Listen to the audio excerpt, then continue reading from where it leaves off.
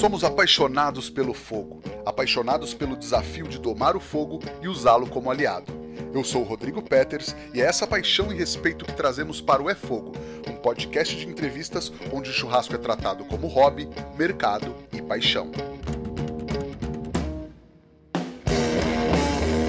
Ele é nascido em Houston, no Texas, filho de um americano e uma brasileira que trocou o design pela cozinha.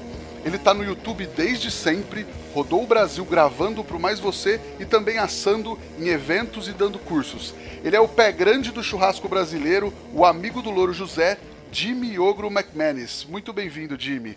Obrigado, Rodrigo. Bem por aí? Tudo certo, e por aí? Bem, graças a Deus, de quarentena desde quase o começo disso tudo, repensando, na verdade já repensei e executando uma vida um pouco diferente. Sabe que eu passo a vida em eventos, final de semana fora, viajo muito e estou há, 50 dias já direto em casa. Mas estamos aí trabalhando, pesquisando, estudando, se reinventando. Acho que está sendo uma máxima para todo mundo nesse momento, né? Estamos gravando esse podcast nos últimos dias de abril, estamos encerrando esse mês completo praticamente de quarentena, né? Ô Jimmy, eu queria começar, para quem eventualmente não te conhece, como você se apresenta? Eu sou o Jimmy McManus, que é meu sobrenome de pai, né? Sou cozinheiro, sou designer por formação, mas em 2009 mudar a minha vida por vários motivos. Um deles, eu me vi completo dentro da minha carreira.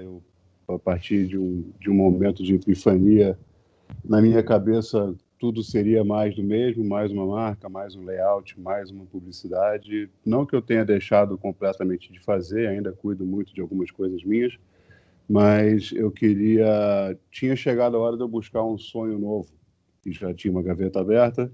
E em 2012 eu mudei definitivamente e hoje eu sou cozinheiro, tenho esse quadro, tenho trabalhos múltiplos na TV, né? A coisa evoluiu. Eu estou na TV, vai fazer, em julho agora faz 8 anos já. Vim do YouTube, estou na TV, continuo, como vocês startaram esse projeto do podcast aí, com a quarentena, aproveitei a quarentena para dar uma guaribada no canto aqui da minha casa e estou montando um micro estúdio para eu voltar a gravar o conteúdo para o YouTube, para o Instagram, enfim, aproveitar o que tem aí para subir até umas coisas antigas que estavam já gravadas, mas que não estão editadas. Eu comprei muitos cursos, muitas empresas tiveram a gentileza até e a genialidade de abrir o espectro de cursos por um preço muito factível para a massa da população. Então eu dei uma pesquisada longa e acabei investindo uma grana bacana e comprei, como eu sou mais exagerado, quer dizer, como eu sou exagerado sempre, o Ogro não é um personagem, é um apelido. Eu acabei comprando mais horas de curso do que eu tenho para viver até o final do ano, por exemplo. Então, eu tenho curso aí para fazer por um bom tempo, até depois da quarentena. Mas estou me renovando, estou me especializando. São cursos específicos dentro dessa área de mídia. Então, sim, eu sou jornalista também. Então, eu me formei em design, mas eu fiz jornalismo e comunicação e redação publicitária como complemento da minha carreira, porque era dentro da mesma área de comunicação, né? E aí eu comprei uns cursos agora para me especializar nisso, em gravação, até coisa de produção de vídeo, de cinema, para ter um olhar diferente, edição de vídeo, curso de especialização nessas pós-produção de vídeo, enfim, tentar melhorar tudo que eu já faço, fazer de uma maneira melhor, fazer com um novo olhar, fazer com uma capacidade técnica maior. Eu acho que eu não aproveitar esse tempo que a vida me deu, que a vida nos deu, seria burrice, né? Ficar parado em casa, vou aproveitar para descansar, porque tenho uma vida muito louca, mas eu acho que isso aí seria jogar esses 40 dias fora e a gente não tem mais 40 dias para jogar fora, independente de que 40 dias sejam esses, né? Com certeza. Jimmy, um americano, neto de irlandês, filho de um americano e uma brasileira. Como foi esse começo da sua vida em Houston e onde a cozinha começou a entrar na sua vida? Cara, deixa eu só detalhar um pouco mais, porque é mais confuso do que isso daí. Meu pai era americano e, infelizmente, perdi meu pai, vai fazer 4 anos esse ano, em agosto. Era filho de 2 irlandeses imigrantes para os Estados Unidos, daquela confusão da época do IRA, eles foram embora, foram morar em Montana, meu pai nasceu lá. E minha mãe é brasileira, nascida na Guanabara, ainda em 1937, mas é filho de uma escocesa e um francês. Então, eu praticamente nascido e criado no samba, né? E aí eu nasci, aí meus pais se conheceram por acaso aqui. Meu pai estava fazendo um trabalho numa comunidade. Meu pai era psicoterapeuta, formado em letras, filosofia, teologia, e aí trabalhou numa corporação mundial de ajuda a países emergentes e veio trabalhar numa comunidade em Fortaleza. Passou férias no Rio, conheceu minha mãe, e aí tudo aconteceu, e aí minha mãe pediu transferência na empresa que ela trabalhava, que tinha uma sede lá, por acaso, com essa sorte, né? Tinha uma sede em Houston, eles foram morar lá, porque meu pai tinha um trabalho por ali, e eu nasci lá. E aí, por volta dos meus 6, 7 anos, eles começaram a discutir a separação. Vim para o Brasil, minha mãe trouxe a gente de volta. Eu tenho um irmão 3 anos mais novo que eu. A gente veio para cá uma primeira vez, ficamos 1 ano em Porto Alegre, foi onde eu aprendi o meu português. Voltamos para os Estados Unidos, minha mãe tentou reatar o casamento, acabou não dando certo, e eu voltei para cá com 10 anos. E fiquei indo e voltando entre meu pai e minha mãe durante um tempo. Mas muito disso de eu estar, eu e meu irmão sozinho, né, em casa, a partir de uma certa idade, e minha mãe trabalhar durante a semana naquele esquema. Minha mãe sempre foi contadora, e ela fez economia, contabilidade, trabalhava como head de uma empresa de importação ali, então trabalhava muito. E o tempo que eu tinha para ficar com a minha mãe, geralmente final do dia, final de semana, era na cozinha, porque você sabe o meu tamanho, meu irmão não é muito diferente, imagina o que a gente não comia na fase de crescimento. Então, as minhas memórias com a minha mãe são muito dentro dessa cozinha com ela. E aí, quando a gente ficava de dia, eu ficava na casa dos meus tios-avós, que criaram minha mãe, porque ela perdeu os 2 pais muito cedo também. E aí, a tia dela, que criou ela, a gente foi morar do lado, passava lá tinha a Conceição, que era empregada. A Conceição cozinhava muito bem, mas sem uso de receita, sem livro. Era aquela cozinheira de mãozada de farinha, de tempo de olhar o forno para ver se estava pronto. E minha mãe já seguia a receita. Então, eu tive o melhor dos 2 mundos, né? Eu tenho essa herança afetiva minha, tem uma leitura de receita, uma coisa que já começou muito técnica a partir dos 8 anos. Você perguntou a idade, você já percebeu que eu falo muito, né? Fique à vontade. E aí, a partir dos 8 anos isso começou, e aí com 12 eu já com 1,80 m, já usando faca, e a coisa evoluindo. Isso evoluiu naturalmente, então eu tive essa cozinha desconstruída, sem referências escritas, e tive uma leitura muito intensa de livros clássicos como Julia Child, como Annie Farmer, que é uma autora de culinária tipo a Dona Benta. É o respectivo do livro da Dona Benta nos Estados Unidos, e esse Annie Farmer, que eu tenho uma cópia aqui até hoje. São minhas grandes referências. E isso evoluiu para eu ser o cozinheiro eleito de viagens na época de colégio, evoluiu mais ainda para a faculdade, e quanto mais você cozinha, mais você gosta. Com certeza é inevitável um processo evolutivo técnico nisso, então você com certeza, obrigatoriamente vira um cozinheiro melhor, você fica um cozinheiro mais rápido e você consegue passar esse conhecimento. Então, meus amigos, todos que conviveram comigo, todos eles que viajaram e queriam que eu cozinhasse, eram obrigados a ir para a cozinha comigo para trabalhar, para poder comer. Então, todos os amigos que eu tenho de colégio, de faculdade, que conviveram em viagens comigo, são cozinheiros caseiros hoje, porque a gente ganhou essa paixão. A minha foi reforçada e eles ganharam essa paixão no nosso convívio.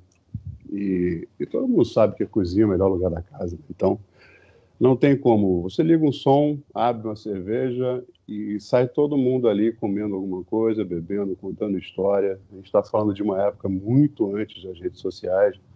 Então, as fotos ainda eram... Não vou dizer que era tudo para revelar filme, mas nessa beirada aí. Afinal de contas, eu vou fazer 50 anos dia 11 de junho. Eu entrei na faculdade, na primeira faculdade que eu fiz, em 88. Então, tem um bom tempo aí. Vamos dizer que entre lá e cá, eu estou dentro da cozinha já há mais de 40 anos. Maravilha. E nesse começo era praticamente só cozinha brasileira, ou desses livros que você falou também tinha alguma coisa americana ou até irlandesa, escocesa? Tinha essas coisas também ou não? Não, tudo. Assim, minha mãe tem a cozinha brasileira, assim, minha mãe tinha parte da família França e Escócia, como eu falei, né? Então, o tio Gabriel, que era Gabriel Júlio Marcel Caillot, era esse tio avô dela. Victorina era minha tia-avó. Então, a Conceição preparava, ensinada pela tia Tetê, algumas coisas de culinária francesa. Então, convivi com ambrosias e outras coisas.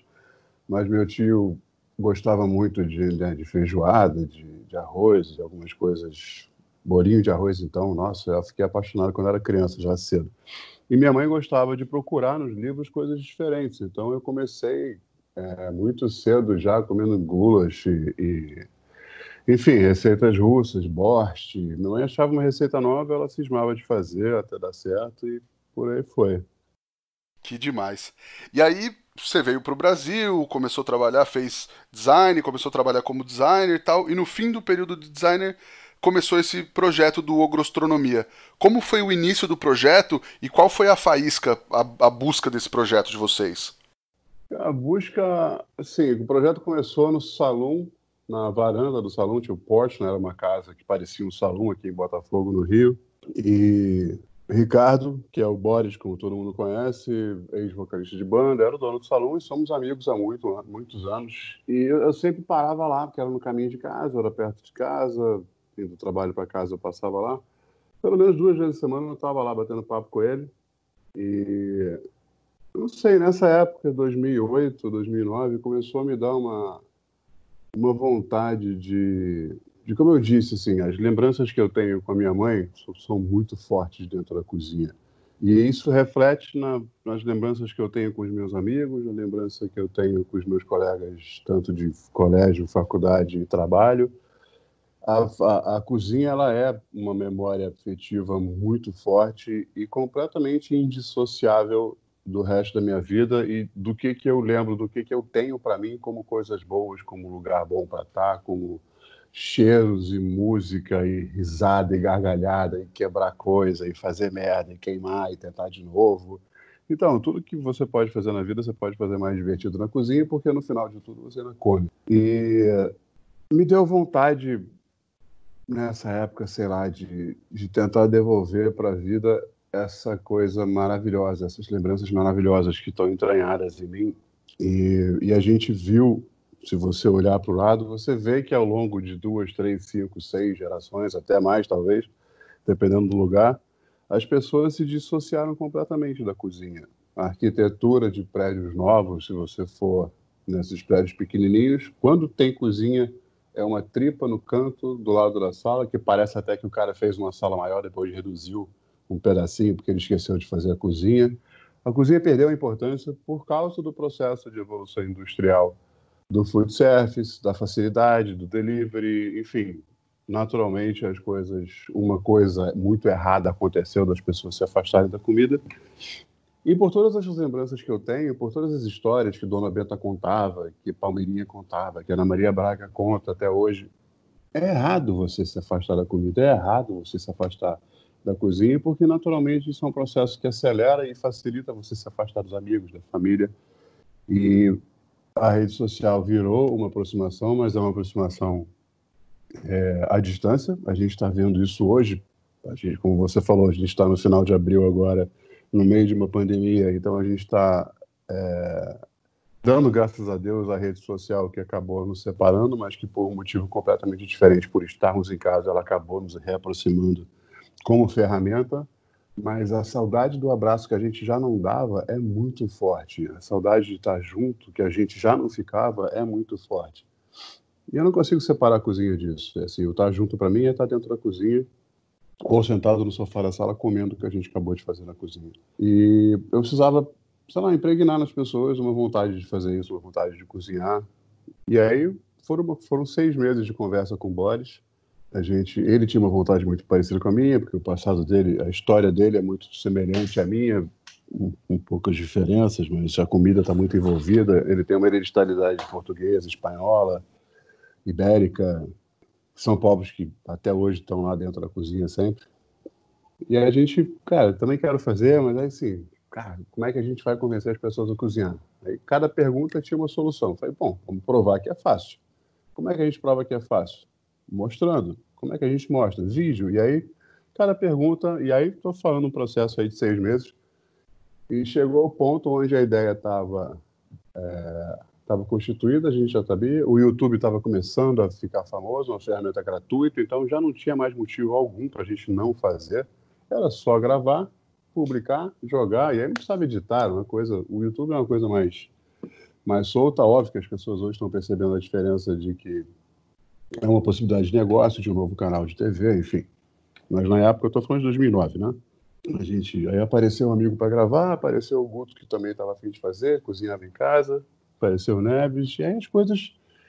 Eu acho que é nesse processo, quando você começa a se mexer para fazer uma coisa que realmente você sabe que você precisa, que você quer, que você ama, o mundo tem uma maneira de se mexer e te ajudar a fazer com que essas coisas aconteçam, desde que você se mexa para fazer. E aí as coisas aconteceram. E chegou o momento de... E aí? Como é que a gente vai arredondar isso tudo e colocar no nome? Eu falei, cara, olha o nosso tamanho, bicho. Sempre fui chamado de ogro quando era moleque, aí lembrei desse apelido. E, cara, se a gente puder provar que um ogro consegue cozinhar, tá provado automaticamente que qualquer pessoa pode cozinhar. E aí teve um momento que foi literalmente uma epifania. Eu estava andando, fumando cigarro na calçada para quem for reclamar, eu não fumo mais, parei de fumar em outubro de 2018. Estava andando na frente do salão, e aí surgiu ogro, gastronomia, ogroastronomia. Aí o Boris falou assim, mas as pessoas vão travar a língua. Eu falei, cara, vão travar a língua até conseguir falar. Depois que conseguir falar, nunca mais vai esquecer. E é isso que eu quero das pessoas, que elas nunca mais esqueçam o motivo delas voltarem para a cozinha e que esse motivo seja nós. E quando foi o momento que você decidiu largar de vez o design e viu que a cozinha estava dando certo? Ainda que você não tenha largado 100%, ainda faça algumas coisas, mas... Pedi demissão do meu último emprego oficial como designer, nunca mais trabalhei assinado profissionalmente como designer, nem como publicitário.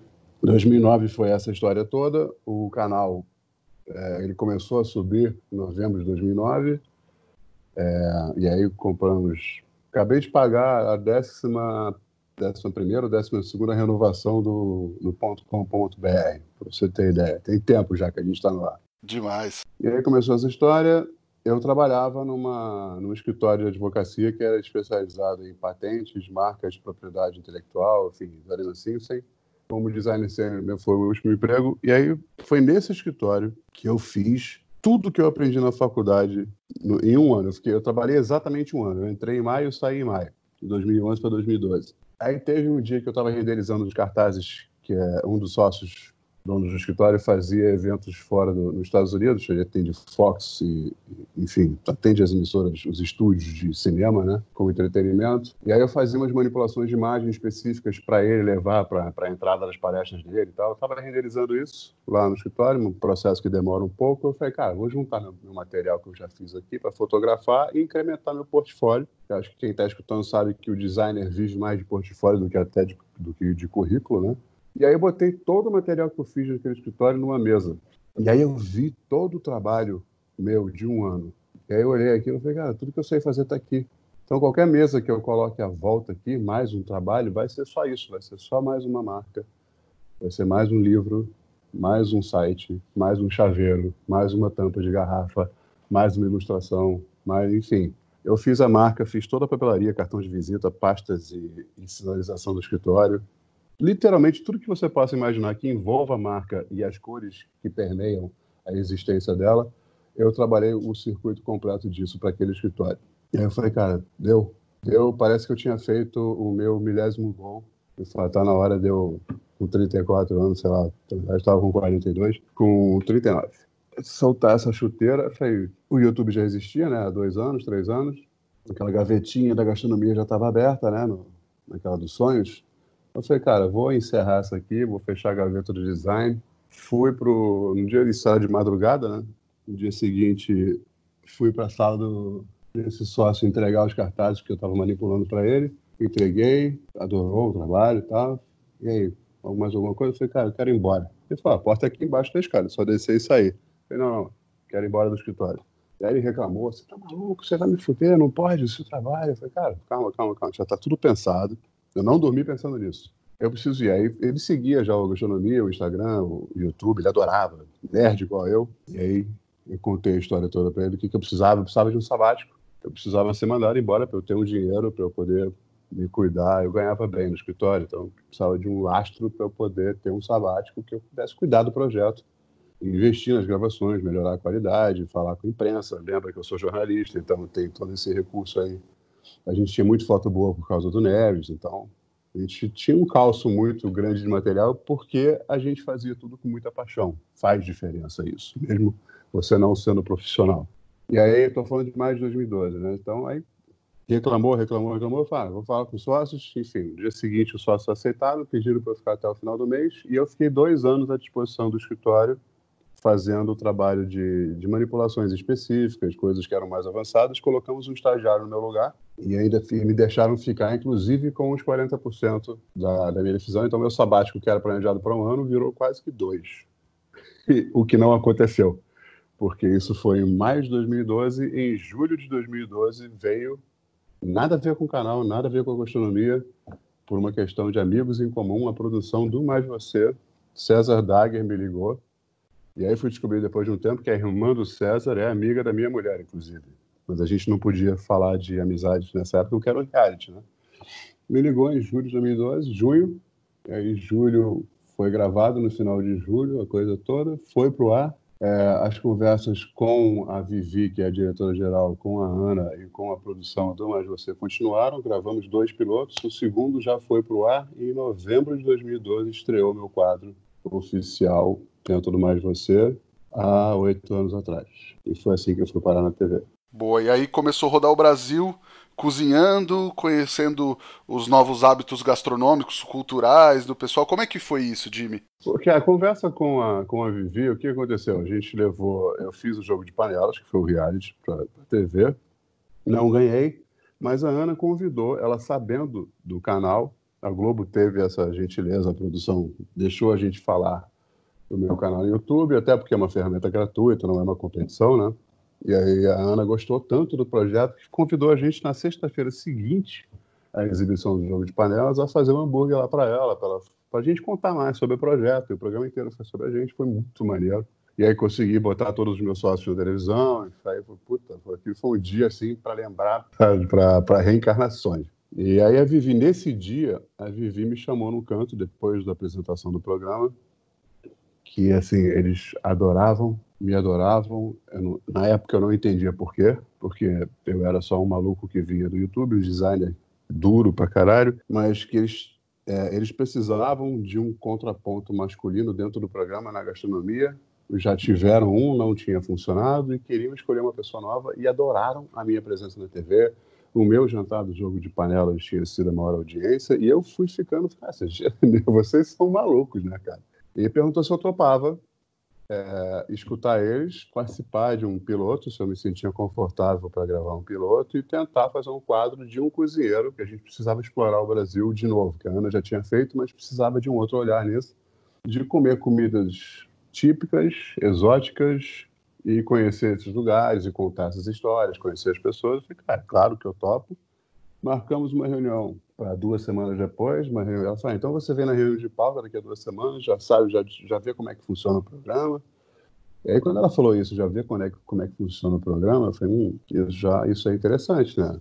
E aí levei um monte de coisas comigo para essa reunião, escutei todo o alinhamento da reunião de pauta, é muito maneiro isso. Todo mundo que participa de uma reunião de pauta, que trabalha com comunicação, sabe do que eu estou falando. Vi aquela loucura toda, saiu todo mundo, ficou só a diretoria, e aí a Vivi contou a ideia do quadro deles, que era mais uma coisa de viajar, provar comida e falar sobre isso, falar sobre o Brasil. E ela falou, bom, falou que tinha ideias para trazer, o que você tem? Aí peguei uma mala, abri em cima da mesa e larguei um monte de prop, de conchas gigantes e fogareiro portátil, e falei durante 1h30 de um projeto que a gente tinha do Gastronomia, de uma ideia minha e do Boris, de viajar ao Brasil numa Kombi, cozinhar em praça pública, conhecer as pessoas e fazer uma balbúrdia por aí. Aí acabou, parei de falar, a Vivi virou para mim assim, você acabou?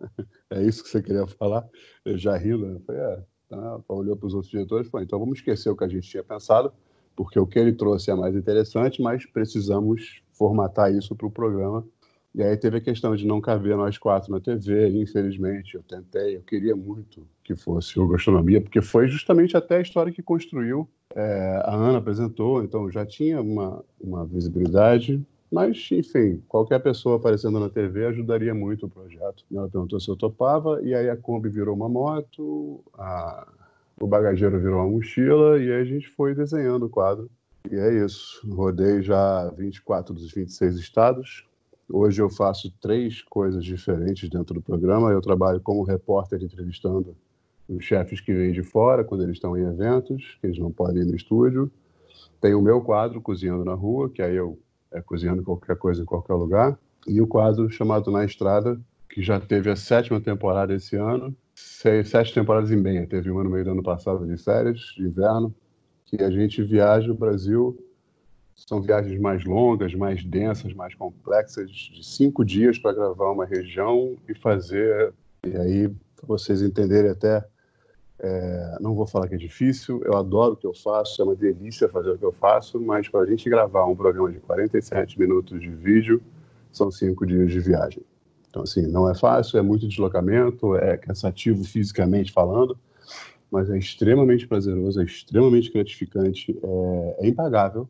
E eu conheço o Brasil empiricamente, eu conheço o Brasil pessoalmente, eu conheço o Brasil tecnicamente, eu conheço o Brasil com o olhar de TV e com o olhar de apresentadora, de pessoa física e de pessoa jurídica. Assim, eu tenho muito orgulho, tenho muito prazer no que eu faço e tenho muita sorte de ter parado onde eu parei, não tenho dúvida nenhuma disso, momento e oportunidade, mas não tenho dúvida nenhuma de que eu trabalho meu rabo para fazer isso do jeito que sai e acordar cedo, dormir tarde, mas assim, essa certeza eu dou, cara, é uma delícia fazer isso, apesar de ser muito cansativo. E de conseguir acabar passando muito pouco tempo em casa, na verdade. Porque entre não são só gravações, né? Tem os eventos, tem as aulas, tem workshop, e aí tem todo um universo que se expande a partir dessa questão de você virar pessoa pública. As pessoas chamam celebridade, que eu não gosto. Na verdade, eu sou um cozinheiro, trabalho dentro da cozinha, eu faço comida. Por acaso, quem assina minha carteira hoje é uma emissora de TV e não um hotel.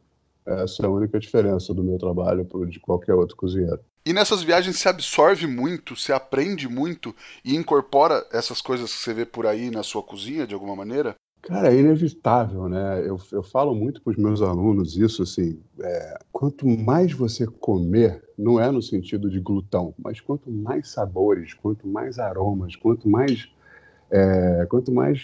craqueladas de pão você escutar ao longo da sua vida, quanto mais farofas crocantes, quanto mais pururucas, textura, sabor e aroma, quanto mais você souber disso, mais bizarro, lotado é esse seu banco de memória sensorial e mais você consegue criar e mais liberdade e lastro você tem para criar, mudar receitas, mexer, brincar com receita dos outros, óbvio, sempre com respeito, contar histórias, mudar histórias já contadas para você. Eu posso pegar um prato. Eu faço muito isso com moqueca, por exemplo.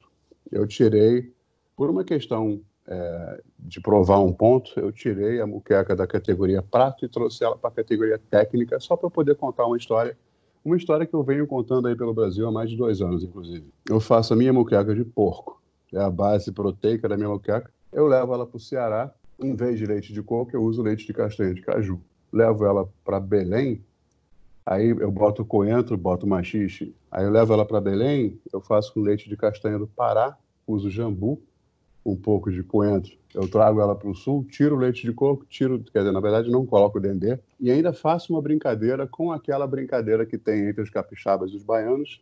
Muqueca é baiana, o resto é peixada, muqueca é capixaba, o resto é peixada. Agora a brincadeira acabou, porque muqueca é a minha, é a de porco, o resto é tudo peixada, porque é de verdade. Sensacional. Você tem, não é legal? É muito maneiro isso. Demais. Puta, fiquei curioso pra comer uma moqueca de porco agora, cara. Vou te mandar uma foto dela, porque ela é bem maneira, cara. Pô, achei que você ia falar que ia mandar uma marmita. E é o que acontece com a moqueca de porco, só para você ter ideia de como é que as coisas influenciam você. Assim, todos os sabores que você comeu são as construções do que você vai fazer para os outros comerem. Então você quer... A moqueca tem, eu preciso da cor, então eu não vou usar colorau porque eu acho que não tem gosto de nada. Mas aí eu trago a páprica da técnica holandesa, da técnica austríaca, do goulash. Ele me dá cor e sabor. E aí a construção, o pimentão vem da própria moqueca, e tem gosto de moqueca, ela é adaptável a qualquer região, então eu conto com um prato, com uma técnica, eu trago histórias de regionalidade, de brasilidade, de pertencimento, eu conto histórias de famílias, de comunidades, de aproveitamento de ingredientes, porque eu posso fazer tudo isso só de aparas. Faço um caldo aqui, uma ponta ali, pedaços de porco que ninguém quis comer. Enfim, não tem limite para o que você pode. E é o que eu falo, faz muita diferença na minha cabeça, eu tenho certeza absoluta disso. Eu estou há mais de 40 anos dentro da cozinha, óbvio que não são todos esses 40 com a visão que eu tenho hoje profissional. Não, né, teve muito tempo que eu aprendi coisas sem a menor noção de para que eu ia usar. Eu ia usando no dia a dia, porque aprendi a cortar assim, tá? Hoje eu tenho a técnica profissional, hoje eu sou, dentro da cozinha, eu sou um chefe de cozinha, fora da cozinha eu sou cozinheiro. Chefe é um status, é um cargo. E faz muita diferença em quem eu sou. Eu não sou melhor nem pior que ninguém, eu sou eu. Eu não sou, ninguém é para ser comparado um com o outro. Todos temos histórias diferentes. Se você for olhar o mundo inteiro, somos 7,7 bilhões de pessoas diferentes, não comparáveis, únicas e exclusivas. Ninguém é melhor nem pior do que ninguém. Mas eu só sou quem eu sou na cozinha porque eu passei 40 anos apaixonado por ela, trabalhando, vivendo e comendo essa cozinha da minha mãe, da Conceição, e de todas as mães e Conceições que eu vi pelo Brasil por aí. Maravilha. O Jimmy, e esse apelido Ogro, você acha que acabou atraindo pra cozinha uma galera que não gostava tanto, homem que até tinha algum preconceito? Cara, com certeza. A gente, por favor, ninguém se ofenda, não é um parâmetro, não é uma desqualificação nem uma qualificação, mas a gente vive numa sociedade ainda numa transição do patriarcal para o moderno. A gente ainda convive com comparações equivocadas de que tipo de gente faz o quê. Como eu acabei de falar, não existe tipo de gente. Somos quem somos o que somos e somos quem a gente quiser ser. Tem uma amiga minha, Bia Quadros, que ela fala muito bonito isso. Eu posso ser quem eu quiser e eu posso mudar de ideia. Adoro essa frase. Mas, enfim, então todo mundo sabe o que eu estou falando. Ah, só podia ser isso, só podia ser. Então tem essas coisas. E a gente carrega isso, é inevitável todo mundo ser um pouco machista, inclusive as mulheres, a gente está se livrando disso. Então fica aquele medo, né? Tem duas imagens muito fortes de cozinheiro. Ou é eu acho que a da minha mãe era aquela coisa do avental de plástico, com sangue, uma faca na mão, galocha, e aquela coisa do... o trabalho sacrificante, é o trabalho exaustivo, é o trabalho de manual, braçal, 16 horas por dia. E tem muita gente que acha que é coisa de mulher. Que o homem, cara, cozinha final de semana, quando faz... Aí os homens fazem uma moqueca, uma feijoada e um churrasco. E aí eu vou te falar que esses caras não fazem nada disso direito, porque não tem o hábito, não tem a construção do cozinheiro. Você só é bom de verdade quando você faz sempre, quando você faz diferente, quando você testa, quando você prova, quando você se dá o prazer de fazer por prazer. E aí você vira um cara que pelo menos vai buscar melhorar. E aí eu acho que o que a Vivi falou, você lembra que precisava de um contraponto masculino dentro do programa, a Ana era muito feminina, o programa, muitos anos atrás, falava muito de coisa classificada como feminina, mas hoje a gente já viu que pintar unha, pintar cabelo, tudo que se qualificava como feminino não é mais de ninguém, né, gente? Todo mundo pode fazer o que quiser, pode mudar de ideia, e acho que ninguém tem que olhar para o outro e criticar. Olha para o próprio rabo, que é mais interessante e é mais seguro, inclusive. Mas eu acho que, sim, eu e outros cozinheiros, outros chefes, quando a gente saiu da cozinha, quando a gente foi para a TV, quando a gente foi para o salão falar com as pessoas, quando a gente mostrou que eram homens que estavam na cozinha profissional, que aí o Gordon Ramsay, Jamie Oliver, o cara mais fofo do mundo, que é o Claude Troagro, tá lá dando a cara a tapa com o Batista e fazendo as coisas lá na casa dos outros. Sim, eu acho que a gente abriu um caminho de liberdade, um caminho de pertencimento, uma possibilidade desses caras, desses homens, desses brucutus, desses ogros, desses machos, irem para a cozinha sem o medo de serem julgados ou sem o medo deles se julgarem. Porque cozinhar, cara, não é... vou te falar, é tudo menos delicado. Então, fica tranquilo, tá a fim de cozinhar, vai cozinhar. Começa com um pernil de 14 quilos para você não achar, para que alguém vai achar que é frescura. Boa, é um bom começo, né? Inclusive, hoje tá muito na moda, principalmente no churrasco, ser ogro, ser brabão e tal, cara de mal. O que você acha disso, de ter que ter essa imagem, talvez até antes de cozinhar efetivamente? Na verdade, assim, depois que o Shrek transformou o ogro numa parada legal, uma parada que até as crianças gostam, todo mundo quer ser ogro agora. Então, essa coisa do avental de couro, da faca na cintura, da barba longa, todo mundo tatuado, é uma coisa que eu nunca entendi, mas é a tribalização do comportamental humano. Então, quando você vai. E aí você vê que muita gente não faz nada disso. Você pega o Roberto Bocabello, por exemplo, cara, um dos maiores mestres de carne que existe hoje, mestre em ciências da carne, faz uns cursos muito fodas, assa carne igual um animal, ele é surreal de bom, ele tá lá. Gordinho, branquinho, não tem uma tatuagem, fez a barba, precisou fazer a barba, ele faz a barba, não reclama. E ele tá lá, ele é o cozinheiro exemplar do Senac, por exemplo, do Cordon Bleu. Então ele segue as regras, ele tá bonitinho, não tem pertencimento nenhum com essa estereotipagem da coisa. Mas existe esse comportamento. Não estou criticando, falando mal, não. Mas é um processo natural de tribalizar as coisas. E é engraçado porque, num ponto, as pessoas reclamam que são estereotipadas, e, por outro lado, elas vêm e fazem tudo exatamente igual a tribo faz. Eu entendo uma questão de aceitação, de você entrar, então ela olha para o lado, vê pontos. O Elvésio tem tatuagem e tem a barba grande. O Netão tá lá com uma camisa xadrez. O Jimmy tá usando boné. Fulano tá com cachimbo. Aí esse cara vai no próximo evento usando tudo isso ao mesmo tempo. E aí, consequentemente, o primo dele que foi com ele vai estar usando, e aí o primo do primo, não sei o quê. Daqui a pouco tá todo mundo com camisa xadrez, tatuado, de barba longa, fumando cachimbo. É natural. Não é nem ruim nem bom, é uma coisa que acontece. E falando mais especificamente do churrasco, você prefere o American Barbecue, que é o churrasco defumado, ou o nosso churrasco sul-americano? Tem dias, né? Tem até para fazer e para comer. Eu acho que tem. Vamos pensar. Acho que o final de semana é um bom exemplo para a gente falar disso. Sexta-feira, você está cansado, né? Trabalhou a semana toda, você quer chegar em casa com um negócio, então sexta-feira é o dia da massa. Sábado, você acorda, puta, é final de semana, já abre uma cerveja às 9 horas da manhã. Sábado é o dia do American Barbecue, é o dia que você tem lá as suas 12 horas para fazer. Vamos comer no final do dia, a gente petisca um negocinho aqui, a linguicinha defuma em 1h30, você abre o seu kit, bota as coisas lá para assar, e aí chama a galera, você tem o dia inteiro para fazer esse evento.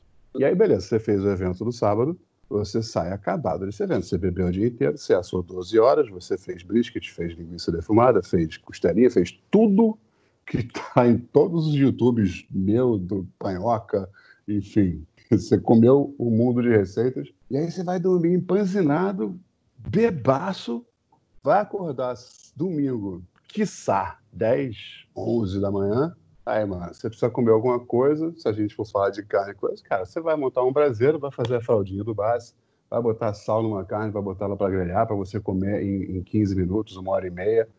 Na melhor das hipóteses, se você ainda tiver com a ressaca não tão louca, vai pegar uma janela pequena de costela e vai assar em 2h30, 3 horas, para comer uma costela gaúcha. E é isso, eu acho que funciona assim, né? Tem seus momentos, seus dias. Eu acho que esse final de semana ilustra muito bem para quando é cada coisa, na minha cabeça, gente. Legal, não tem uma preferência de sabor assim. Não, é tudo comida. Justíssimo. Ô Jimmy, e hoje a gente vê no YouTube, principalmente nesse momento que a gente está vivendo da quarentena, muita gente querendo começar um trabalho, um canal de gastronomia ou de churrasco, mas na maioria fazendo muito do que já está sendo feito, que normalmente é ensinar alguma técnica ou alguma receita, e quando vocês começaram, tinham um diferencial muito grande. Você acha que hoje as pessoas estão querendo fazer mais do mesmo? Você vê iniciativas legais? E que dica você daria para quem pretende começar um trabalho audiovisual nesse momento, que muita coisa já está feita aí no YouTube? A gente teve a sorte e a dificuldade de todo pioneiro, né? Então a gente... Mas acho que para entender a resposta, te contar rapidinho qual foi a proposta do Gastronomia quando eu sentei com os meus sócios e a gente conversou sobre o que seria de verdade o projeto para a gente. A gente já tinha definido que era para impregnar as pessoas com a ideia de cozinhar, mostrar que era fácil, fazer em qualquer lugar e por aí vai. Mas para a gente era o quê? Era ir no mercado de manhã, comprar cerveja, pegar a lista de receitas, comprar os ingredientes para 4 receitas, uma de cada ogro, a gente passar um dia juntos, pelo menos uma vez por mês, cozinhando e comendo juntos, convivendo um dia inteiro, só nós, mulheres, amigos, quem pudesse ir com a gente, só tinha que levar cerveja a mais, e gerar esse conteúdo, e uma vez por semana a gente publicava esses vídeos e tinha um tempo de edição, então tinha um planejamento aí.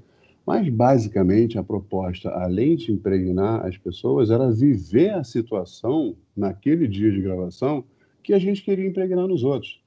Então, a primeira dica, ou a primeira coisa que eu posso explicar disso, que eu posso tirar disso, é assim, faz alguma coisa que seja a sua verdade. Então, se você quer ensinar alguma coisa para alguém, faça, ensine alguma coisa que você realmente faça. Não adianta pegar de um vídeo e copiar e passar para o outro. Não estou dizendo que está errado, mas eu estou dizendo que quando eu olhar esse vídeo, eu não vou ver no seu olhar uma paixão, uma loucura por aquilo que você está fazendo. Eu acho que às vezes é melhor sentar num banquinho com uma cerveja e contar uma história num vídeo do que você pegar uma faca que você não conhece para cortar um vegetal que você não come, falando com uma câmera que você nunca viu.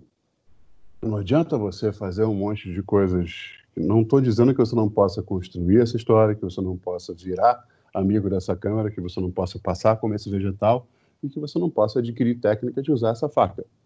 Mas um passo de cada vez, sempre dentro da sua verdade, da sua paixão, de quem você realmente é, de quem você já construiu. Não joga todos os anos que você viveu até o dia que você começou a gravar, que é aquele sujeito que você é, aquela menina, aquela mulher que você é naquele momento, vende isso, conta para mim essa história. Eu acho que aí você faz diferença. A gente nunca levou nenhuma mentira para os canais. Eu acho que mentira talvez seja uma palavra muito forte, mas a gente nunca levou nada diferente de quem a gente era de verdade. As comidas que eu faço no vídeo são as que eu realmente gosto de comer, são as que eu faço em casa. Boris, Guto, Neves e Betinho, a mesma coisa, assim, ninguém pegou receitas que não conhece, comidas que não come. Eu acho que isso é o ponto principal. E, na boa, como qualquer profissão, se você vai escolher isso para ser uma profissão, mesmo que seja uma questão de oportunidade, porque está em casa, tem um celular, tem luz, enfim, tem uma varanda bacana, tem que fazer. Comparativo ao churrasco, como o Panhoca fala, assim, não existe churrasco errado, óbvio que guardadas algumas ressalvas técnicas, né? Não existe churrasco errado, o errado é não fazer churrasco. Eu acho que não existe motivação, não existe trabalho, não existe investimento de tempo errado. O errado é não investir tempo.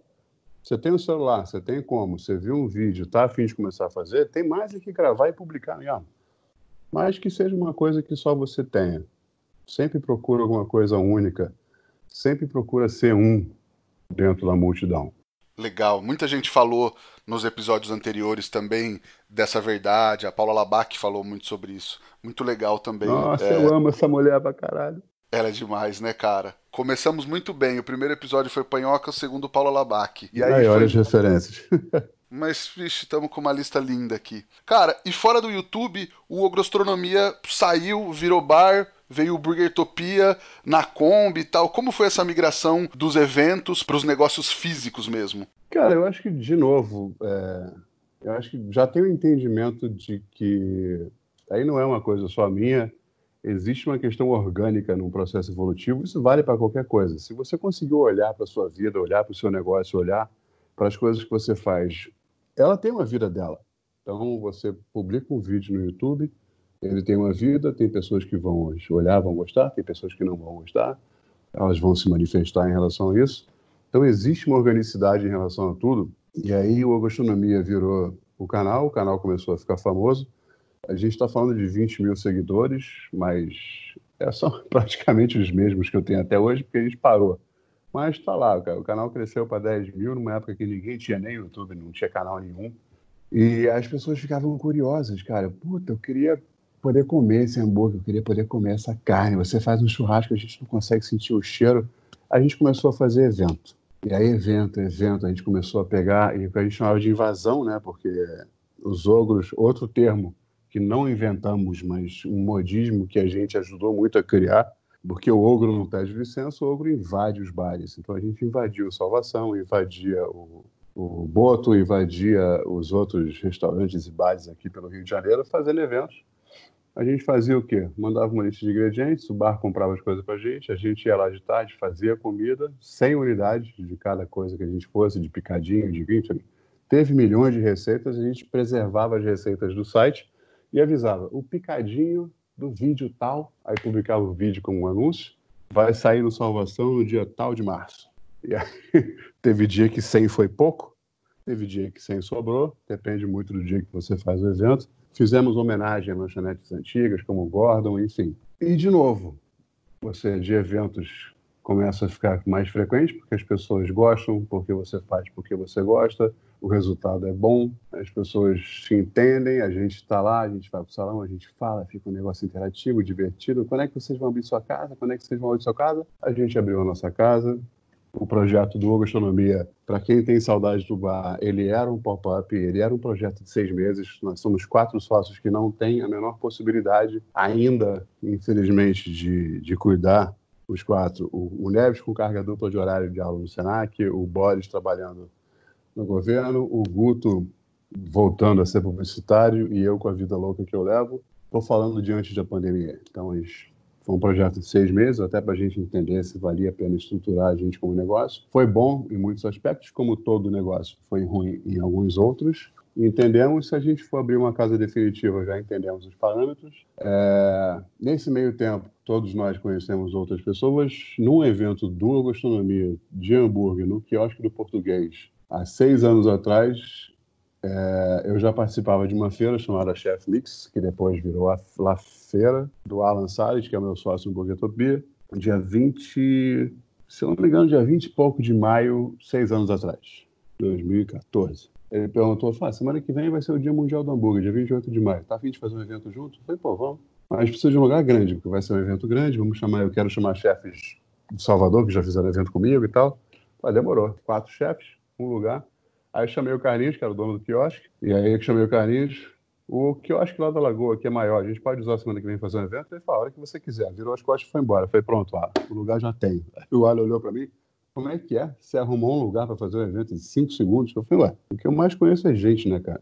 Aí a gente fez na semana seguinte, Ialdo Amaral, eu, Alan, e aí veio o casal da Bahia, que era o COS 2, Rafael Stavale e Camila Cristino.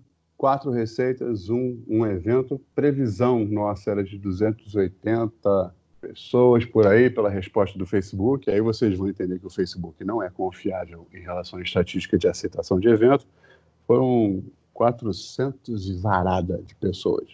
Acabou o hambúrguer no meio do evento, compramos mais carne, enfim. E aí o que aconteceu? No meio desse evento, o quiosque do Português era no Lagoon ali, no fundo do Lagoon, de frente para a lagoa. A gente atravessou aquela pista de ciclismo ali para fumar um cigarrinho, olhamos para o evento, lotado, cutuquei o Alan, falei, cara, eu acho que isso aí vira um bom do negócio, hein, cara. A gente fez um evento com 4 dias de divulgação, 600 pessoas, e falei, o que você acha? E aí, cara, a gente começou a fazer de novo, mesma coisa da gastronomia. Não tinha canal, mas virou isso, tinha um lastro já de jornalismo. A gente tinha saído na mídia por causa do Dia Mundial do Hambúrguer, a gente ganhou matéria de página dupla e tal. Já eram nomes mais conhecidos, o Alan tinha o Chef Mix, eu estava na Globo. E aí começamos a fazer todas as feiras gastronômicas que estavam na moda na época, como o Planetário da Gávea, como as praças, como o Pôr do Sol na Lagoa. Um ano depois a gente comprou a Kombi do Rolando Massinha, lá de São Paulo, que foi o primeiro projeto de comida de rua de São Paulo, foi Rolando Massinha. A gente comprou a penúltima Kombi dele, porque a última está com ele até agora. A Kombi está comigo ainda. E aí a Kombi virou loja, e é tudo um processo orgânico, evolutivo, que muitas vezes dá certo, muitas vezes não, mas todas elas são um aprendizado e uma passagem e história para contar para os netos que você nunca vai poder falar que não valeu a pena viver. Sim, sim. Ô Jimmy, e agora em 2019 rolou a sua participação na temporada de comida de rua do Perto do Fogo. Comida de rua é uma paixão sua? Você tem um favorito ou não? Cara, comida de rua é um espelho, né? Todo mundo que me conhece já sabe disso, mas quem não conhece, eu estou sentado falando contigo do lado das minhas 2 estantes de livro, onde tem mais de 300 livros só de gastronomia. E tem um cara chamado Abelhar Savarran que diz... tem um livro chamado Fisiologia do Gosto. Então, todo mundo que faz gastronomia tem que ler esse livro, porque vai mudar muito a cabeça pensante em relação à construção de sabores. Fisiologia do gosto, Bilhar Savarran. E ele fala uma coisa assim: diz-me o que comes que eu te direi quem és.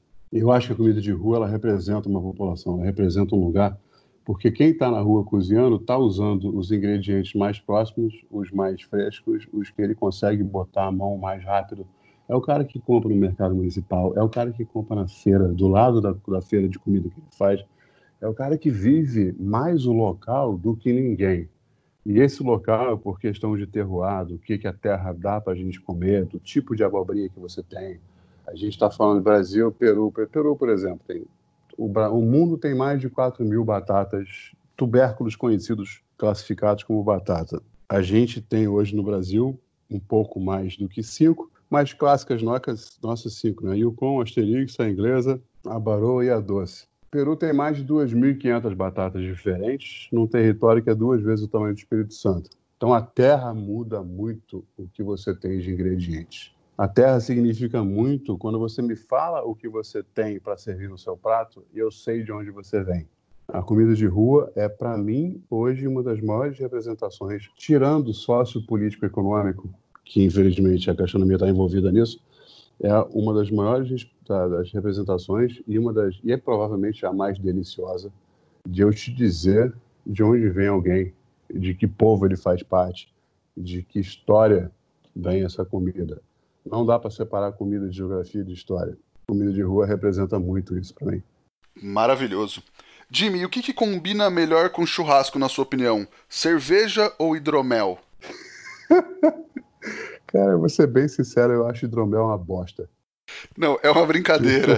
É uma brincadeira, porque eu já te vi falando isso, mas até eu queria puxar essa pegada do hidromel, não só especificamente, mas você acha que tem gente que se dedica a fazer algumas coisas porque acha obrigatório, tá numa certa moda, nada contra o hidromel, mas talvez é parte do pacote do ogro, do viking, o hidromel no caso, ou, sei lá, o pastrame hoje, ou, sei lá, qualquer outra coisa. Sim, qualquer outra coisa. Eu não sou contra o surgimento da moda, desde que ela...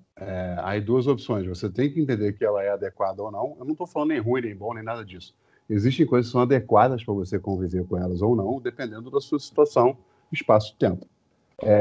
O hidromel era a única coisa que os vikings podiam fazer para beber, porque os caras moravam na puta que o pariu da Normandia, Normandia não, lá do norte do mundo, no gelo da Aurora Borealis, o caralho, não tem como plantar trigo, aveia, fazer cerveja, tinha mais pouco, e fermentar o mel era bom. Não estou dizendo que não existam receitas boas, mas os vikings comiam mal para caralho. É comer tubarão podre, é comer... beber hidromel, quer dizer, hidromel é exatamente isso, é água com mel e álcool. Então você fermenta alguma matéria viva, come açúcar do mel, transforma aquilo em álcool e você bebe um mel alcoólico e aguado. Então não gosto. Existem receitas que funcionam, mas você tem gente fazendo com lúpulo, tá ficando interessante, uma coisa mais parecida com a cidra, uma gaseificação, uma carbonatação bacana, vira outra bebida, mas aí já deixou de ser hidromel também. Hidromel, para mim, é uma bosta.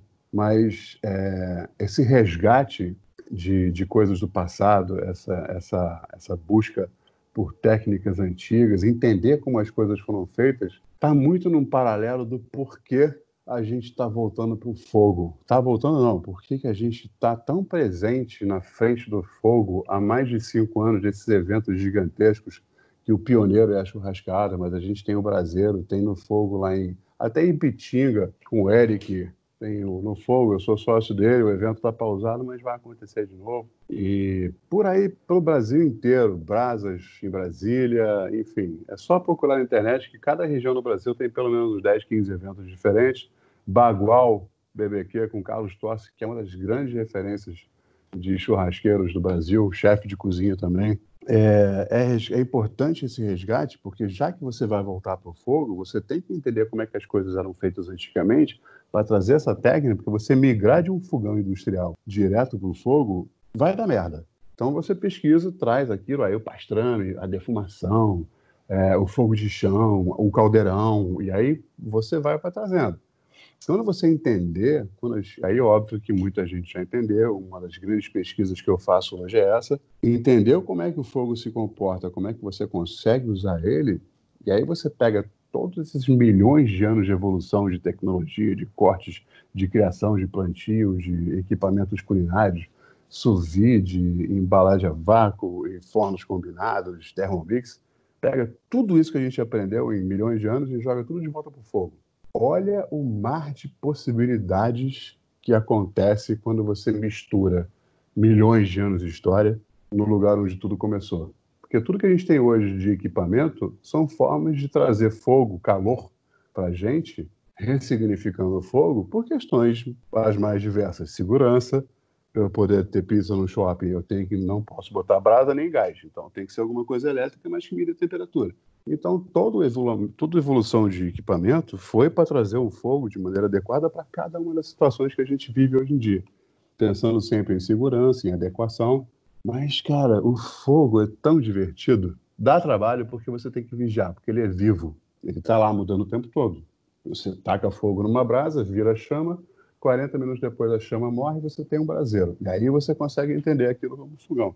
Mas olha esse processo de você estar lá, cuidar. E durante esses 40 minutos você faz o quê? Ou você prepara o seu alimento, ou você bebe com seus amigos. Ou faz os dois, traz os amigos para trabalhar contigo. É importante buscar essas, vamos chamar de lendas da gastronomia.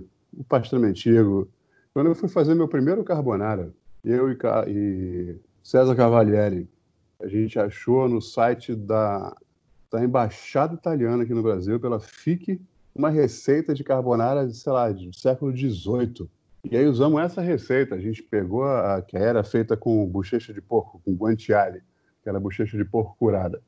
Aí a gente aprendeu a fazer a cura da bochecha, conseguimos comprar a bochecha com o fornecedor nosso, curamos a bochecha, e aí a gente doido para fazer a receita no dia que achou a receita, não, a gente comprou a bochecha, 2 dias depois, a gente fez 7 dias de salga nela, que era o processo, só fomos fazer a receita do carbonara 10 dias depois, por respeito à origem da receita do carbonara, para entender de onde veio, para eu poder contar para você a história do que a gente tem hoje.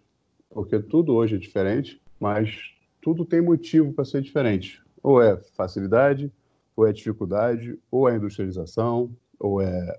Enfim, tem milhões de parâmetros que eu acho importante entender. Então, se você conhecer o passado, você consegue contar para suas crianças o porquê da gente estar onde está hoje. Demais, Jimmy. Vamos pro Lenha na Fogueira, que é onde a gente fala de assuntos mais polêmicos. Jimmy. Agora, depois que eu falei isso tudo, beleza. Imagina. Uma só, uma fácil. Luva preta, avental de couro e barba é o uniforme que transforma o churrasqueiro de fim de semana em assador? Cara, juro você, assim, é uma piada que alguém vai ter que fazer porque eu não tenho tempo de ir. Eu queria ir muito no Saara comprar uma barba postiça, um par de luva vagabunda, um avental de napa e montar um kit para vender no Mercado Livre. Vire um churrasqueiro com uma faca de plástico. Faça a sua foto Instagram de churrasqueiro. Aí você bota lá, não sei o quê. Se você é Carlos Máximo, vira Carlos Máximo BBQ. Cara, assim, foi o que eu falei do estereótipo e da tribalização do comportamento. Não tenho nada contra. Todos esses apetrechos, fora barba, tatuagem, existem motivos de você usar. A gente usa avental de couro, apesar do peso, apesar da... não é porque é bonito, é um equipamento que protege a gente, porque o couro não pega fogo. Então, quem estiver ouvindo isso e quiser comprar um avental para fazer churrasco, ou compra de couro ou não compra porra nenhuma. Porque algodão, napa, tecido sintético, todos eles pegam fogo. Couro não pega fogo. É para te proteger.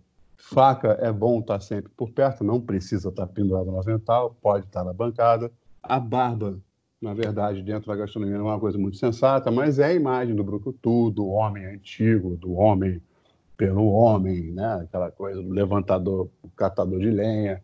Eu acho que é muito isso. É muito uma questão do lumberjack, do lenhador. E aí o cara no inverno, no frio, está usando um plaid shirt, uma camisa xadrez, geralmente vermelha e preta, que é o padrão, um avental de couro, uma serra para cortar osso, uma faca grande. Tem muita machadinha hoje nos eventos, em vez de cutelo, para cortar osso. Mas são referências que você vai pegando, são coisas que ficam bonitas nas fotos. Hoje a gente vive muito disso, de publicar coisa no Instagram, então eu acho válido. Acho, talvez não seja necessário, mas eu não tiro a validade de nada que se faz.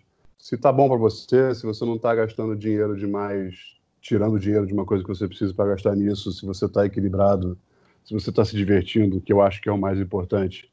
A gente nasceu de amor de pai e mãe, a gente nasceu de amor de Deus. Acredita você no que você quiser. Não existe nascer de amor e não merecer, não precisar, não estar conectado com uma história de felicidade envolvida com esse amor. Então, a nossa busca no caminho dessa vida sempre vai ser, deve ser, precisa ser a busca dessa felicidade que está atrelada a esse primeiro amor que deu para a gente um milagre de estar aqui vivo hoje. Então, se você está bem, se você está feliz, foi o que o Fernando Pessoa falou, tudo vale a pena se a alma não é pequena, né? Se o motivo é teu, se você está feliz, se te faz sorrir, foda-se, vai lá e faz. Não aceita, não escuta a crítica. Não é problema seu, é problema de quem está criticando. Show. Jimmy, e a nossa pergunta de R$ 1 milhão, o que o fogo significa para você? Ah, mano, fogo. Eu podia fugir da resposta e falar que o fogo significa as 2 últimas horas de conversa contigo. Mas vamos resumir isso rapidinho. Fogo é, não só para mim, eu acho a minha visão do fogo para a humanidade, o fogo é o nosso ponto de partida. Eu acho que a gente só consegue contar a nossa história como humanidade a partir do momento da descoberta do fogo, onde a gente se protegeu, onde a gente sentou ao redor dele para poder viver mais tempo, porque ele afasta os animais selvagens, estou falando de milhões de anos atrás. Ele afastava os animais selvagens, ele cozinha a nossa proteína e dá mais validade para ela, então eu posso guardar para o dia seguinte, ela não vai estragar tão rápido. Fez a gente construir as vilas, as cabanas. A sociedade é o que é, como a gente conhece hoje, por causa do ponto de partida desse marco zero, que é a descoberta do fogo. Então, o fogo é, acho que talvez o momento mais antigo, mais imponente, mais importante, mais interessante, mais complexo da nossa história. E ele traz para a gente, por tudo isso que eu falei, conforto, afago, segurança e, acima de tudo isso, o fogo, quando você está à volta dele, com seus pares, falando de coisas que são interessantes, convivendo, se divertindo, rindo, chorando, cozinhando, distribuindo, alimentando, o fogo traz para a gente pertencimento. Muito bom. Jimmy, tem alguma receita, um truque, uma dica para passar para o pessoal que está nos ouvindo?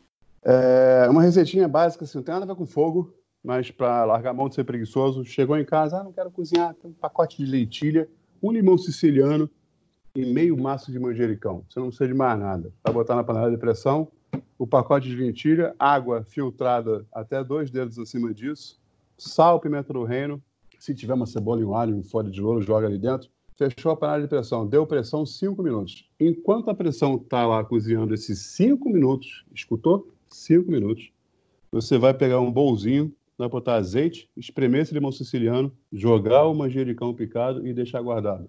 Acabou a pressão da panela, tira debaixo da torneira, abriu a panela. Você vai ver que a água que você colocou foi exatamente o que a lentilha precisava para absorver. Joga a lentilha quente em cima desse azeite e mistura, que ele vai fazer infusão do manjericão, vai aquecer esse azeite e vai jogar o sabor do limão lá em cima. É uma refeição completa, nutritiva, que fica pronta em 10 minutos, sem nenhum pré-preparo. Maravilha. Jimmy, e além do Fisiologia do Gosto, que você indicou agora há pouco, tem mais alguma dica pro pessoal, uma indicação para assistir, para ler ou para visitar? Cara, tem a série Netflix, tá aí, eu não deveria nem falar, mas enfim. Tem muita coisa no Globoplay muito interessante, mas o Netflix tem todas as séries.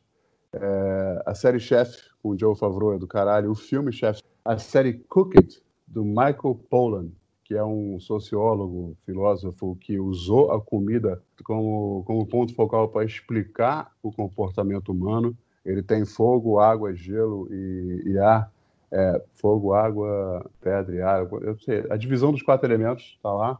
É sensacional. E aí, cara, Chef's Kitchen, Mind of a Chef, com David Chang. Acho que o Netflix tem um conteúdo maravilhoso. Mas um dos filmes imperdíveis que marcou muito, porque é muito parecido com a minha vida, é O Chefe, do Jon Favreau, que ele é um chefe executivo de um puta num restaurante foda pra caralho, mega premiado, que tá perdido na vida, com a criatividade zerada dele, aí ele pede demissão no restaurante e monta um taco truck e vai vender sanduíche cubano, e aí ele volta à felicidade porque ele faz o que ele ama, apesar de ralar igual um corno e viajar o país inteiro. Aí eu me identifico muito com esse filme. Então é uma história muito bacana, tem receitas muito bacanas, as atuações são espetaculares. E para quem não conhece, Jon Favreau foi quem dirigiu O Homem de Ferro 1 e 2, então não preciso nem explicar quem ele é. Esse é um projeto pessoal dele, onde todos os atores, como Dustin Hoffman, enfim, eu não lembro o nome de todo mundo, essa galera que trabalhou com ele não cobrou cachê porque era um projeto pessoal dele, de tão foda que eles acharam a ideia. Boa, e vou pegar uma carona na sua dica e vou indicar também a trilha sonora desse filme, que é fantástica. Coloca Chef Soundtrack no Spotify, a trilha sonora é fantástica, maravilhosa. Jimmy, quem quiser te achar nas redes sociais, por onde te procura? Instagram, na verdade, é tudo Jimmy Ogro. Jimmy, JIMMY.ogro, tanto no Facebook quanto no Instagram. E aí é só botar isso, sei lá, no Google para buscar e vai me achar. Eu fiz questão de botar tudo do mesmo jeito. Assim que acabar a pandemia, eu abro uma casa de carnes pequenininha ali em Botafogo, chamada Ogro Steaks. Eu estou aproveitando essa temporada para montar a minha produtora, está sendo finalizada, então a gente vai começar com o Ogro Filmes agora. Todo o material que eu gravar em casa a partir dessa semana, eu volto a gravar o Gastronomia aqui de casa, o Guto vai gravar da casa dele, a gente vai se resolver na edição desse material, o Gastronomia volta a partir da semana que vem, e vai ter mais um canal surpresa no YouTube, e eu aviso assim que subir o primeiro vídeo. 2 semanas atrás a gente começou um projeto no Instagram, eu e amigos meus publicitários estamos lançando um modelo de criação de campanha publicitária a partir de casa com pessoas que são complementares. Então temos um planejador de branding, o Betinho, eu como apresentador do realityzinho dessa campanha, Beto Roma, fotógrafo, Raul Queiroz, o designer, e André Mizarella, o redator publicitário. A gente está fazendo, são 3 semanas de reality no Instagram, contando para todo mundo como é que se cria uma campanha a partir do sofá da sala. Show, maravilha. Nós estamos no Instagram, no @efogopod, o meu é o @rodrigopeters_, e o nosso e-mail é o efogopodcast@gmail. Pega esse podcast, mostra pros amigos, compartilha com quem você acha que vai gostar, com certeza precisa ouvir esse podcast. Ajuda a gente a espalhar a palavra do fogo. Jimmy, muitíssimo obrigado, o papo foi fantástico, acho que foi legal até para ver essa sensibilidade por trás do ogro.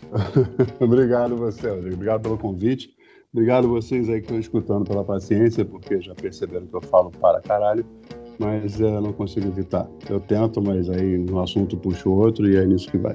Maravilha, acho que o pessoal gostou muito. E para todo mundo que nos ouviu até agora, muito obrigado e até a próxima. Tchau. Abraço.